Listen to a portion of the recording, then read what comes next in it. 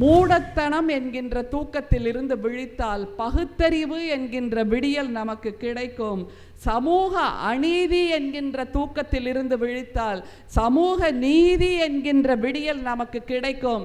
இத்தனையையும் கிடைக்க வைத்திருப்பதுதான் தமிழ்நாட்டின் சிறப்பு என்பதை நாம் மறுக்கவே முடியாது. மிக சமீபத்தில் நடந்த அந்த கல்வி திருவிழா, அதைத்தான் நாம் பார்க்க வேண்டும். கல்வியில் சிறந்த தமிழ்நாடு.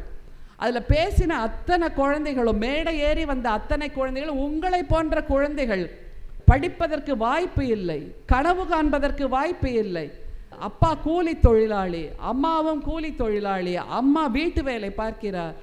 அடுத்த வேளை உணவுக்கு நாங்கள் என்ன செய்வோம் என்று தடுமாறி கொண்டிருக்கிறோம். அப்போது நாங்கள் கண்டுபிடித்த ஒரே விடியல், ஒரே தீர்வு கல்வி மட்டும்தான் என்பதை அந்த குழந்தைகள் திரும்ப திரும்ப சொன்னார்கள்.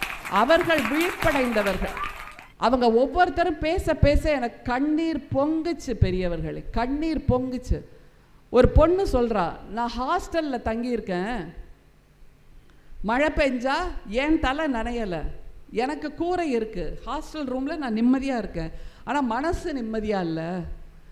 என்னோட அம்மாவும் அப்பாவும் இருக்கக்கூடிய வீடு குடிசை, ஓலை குடிசையிலேருந்து மழை கொட்டுமே, அவங்க என்ன பண்ணுவாங்களோன்னு நான் பரிதவிச்சேன்.